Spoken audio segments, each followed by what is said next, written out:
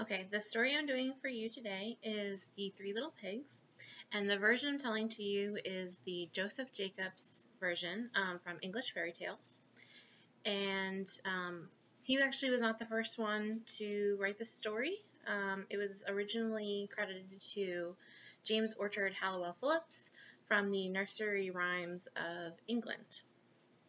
Okay, so here goes the story of The Three Little Pigs. Okay. Once upon a time, there was an old mother pig with her 3 little pigs. And since she didn't have enough money for them, she sent them out into the world to seek their fortune. The first little pig came to a man carrying a bundle of straw, and he said to the man, "Please, sir, may I have that bundle of straw to build a house?" And the man gave him the straw, and the pig built his house. Well, next came a wolf who knocked on his door, and he said, little pig, let me come in." To which the little pig replied, "No, no, not by the hair of my chinny chin chin." Well, the wolf answered, "Then I'll huff, and I'll puff, and I'll blow your house in." So the wolf huffed, and he puffed, and he blew the house down and ate up the little pig. Well, the second pig had met a man carrying a bundle of sticks. And the little pig said to the man, "Please, sir, may I have that bundle of sticks to build a house with?" And the man gave him a bundle of sticks, and the little pig built his house. Well, along came the same wolf, and the wolf knocked on the little pig's door and said, little pig, let me come in." To which the pig replied, "No, no, not by the hair of my chinny chin chin." Well, the wolf said, "Then I'll huff, and I'll puff, and I'll blow your house in."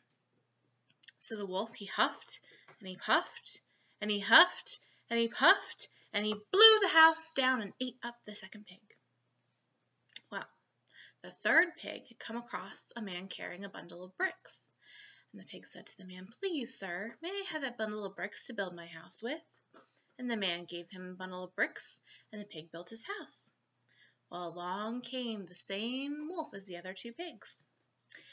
And the wolf said to the pig, and he knocked on the door, he said, little pig, let me come in." "No, no, not by the hair of my chinny chin chin." "Then I'll huff, and I'll puff, and I'll blow your house in." So the wolf, he huffed, and he puffed, and he huffed, and he puffed, and he huffed, and he puffed, and he could not get the house down. So after all his huffing and puffing did not work, he said to the pig, "Little pig, I know where there's a nice turnip field." And the little pig said, "Where?" "Oh, down by Mr. Smith's field, and if you'll come with me, I'll take you to it." "All right, well, what time will you be ready?" 6 o'clock. So the next morning, the little pig bundled himself up at 5 o'clock and went out to Mr. Smith's field and got himself some turnips and got home all before the wolf came. When the wolf came to his door, he said, "Little pig, are you ready?" The pig said, "Ready? I've been and come back, and I have myself a nice pot full of turnips for dinner." Well, this made the wolf very angry, and the wolf thought to himself, "Well, I think I can still get this pig somehow." So he said to the pig, "Little pig, I know where there's a very nice apple tree, and if you will not deceive me like you did today, I will take you to it." "Very well," said the pig, "I'll go with you to the apple tree. What time will you be ready?"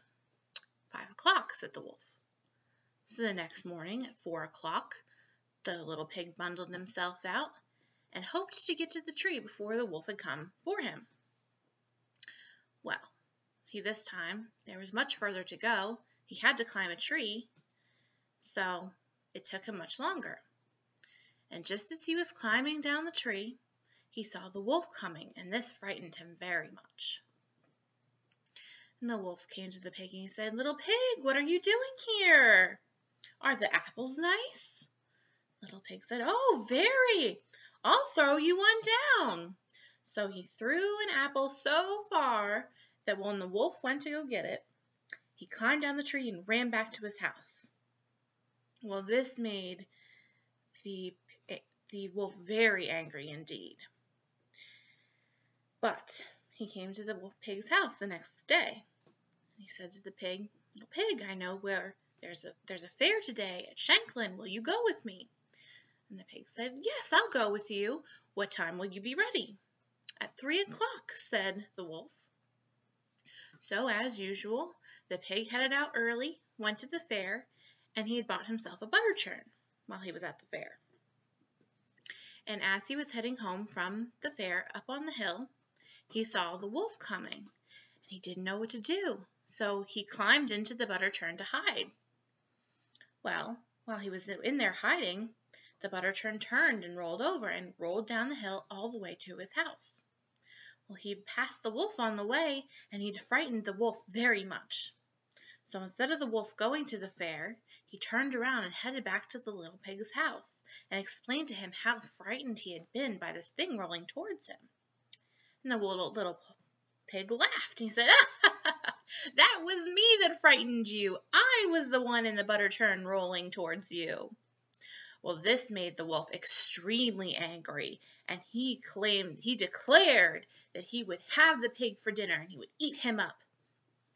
So he climbed up the chimney, and when the wolf saw, he climbed onto the roof, and he was going to come down the chimney. And when the pig saw what was happening, he hung a pot of water on the stove, lit a fire beneath it, and started to boil water.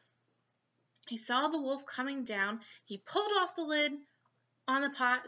The wolf fell into the pot, and the little pig, acting very quickly, put the lid back on, boiled up the wolf, and had him for dinner. And he lived happily ever after. The end.